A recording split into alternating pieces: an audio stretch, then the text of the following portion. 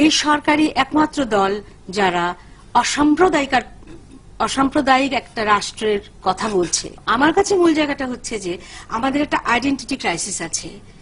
আমাদের দেশ বাংলাদেশ, এখানে বিভিন্ন ধর্মের লোক বাস করে, কিন্তু আমরা এই দেশে শুধু আদিবাসীরা আদিবাসী, কিন্তু বাংলাদেশী, এবং বাকি সবাই কিন্তু আমরা বাঙালি।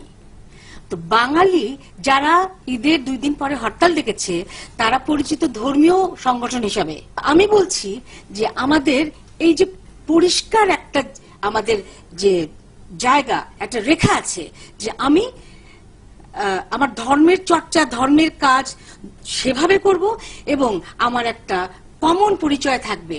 আজকে তুমি আর আমি শাড়ি পরে বসেছি, মামুন ভাই, তারেক ভাই পাঞ্জাবি পরে বসেছে, কেউ দাড়ি টুপি লাগিয়ে নেই, আর কেউ এরকম লম্বা সিঁদুরের টিপ পরেও নেই, কেউ হিন্দু, শিখ।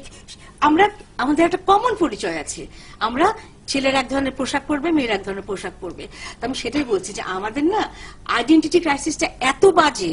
এবং আজকাল, সরি আমি আরেকটু সময় নিচ্ছি, আজকাল বাংলাদেশে আমি রাস্তায় বেরিয়ে কোনো ডাক্তারখানায় গিয়ে, কোনো হাসপাতালে গিয়ে, যেখানে একটু বেশি লোকের সমাগম, যে একটা ওয়েটিং রুম আছে, অপেক্ষা করছে, সেখানে আমি দেখি যে একমাত্র আমি বাঙালি, আমি শাড়ি পরে গেছি এবং আমার মাথায় ঘুমটা নাই, কিন্তু আজকাল যে এইটুক মুখ বের করে রাখছে, এতে তারা, আর যাই হোক, তারা বাঙালি নয়।